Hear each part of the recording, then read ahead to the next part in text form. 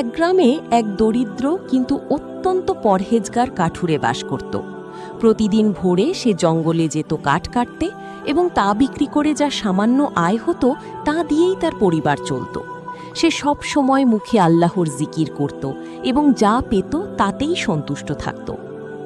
একদিন কাঠ কাটার সময় হঠাৎ তার পুরনো কুড়ালটি হাত থেকে ফসকে পাশের গভীর নদীতে পড়ে যায়। কাঠুরে সাঁতার জানত না, আর কুড়ালটি ছাড়া তার উপার্জনের কোনো পথও ছিল না।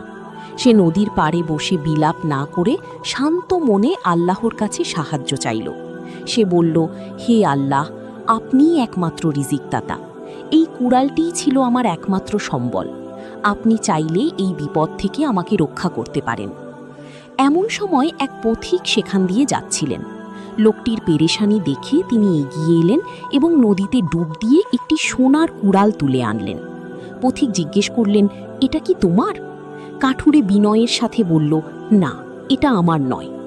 পথিক আবার ডুব দিয়ে একটি রূপার কুড়াল নিয়ে এলেন।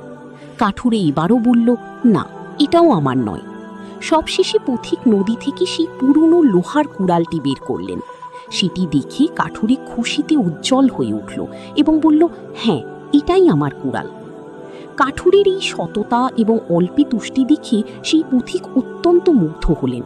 তিনি কাঠুরেকে তার সততার পুরস্কার হিসেবে সেই সোনা ও রূপার কুড়াল দুটিও উপহার দিয়ে দিলেন। কাঠুরে এক নিমেষে সচ্ছল হয়ে গেল, কিন্তু সে তার ইবাদত ও নম্রতা বিন্দুমাত্র ত্যাগ করল না।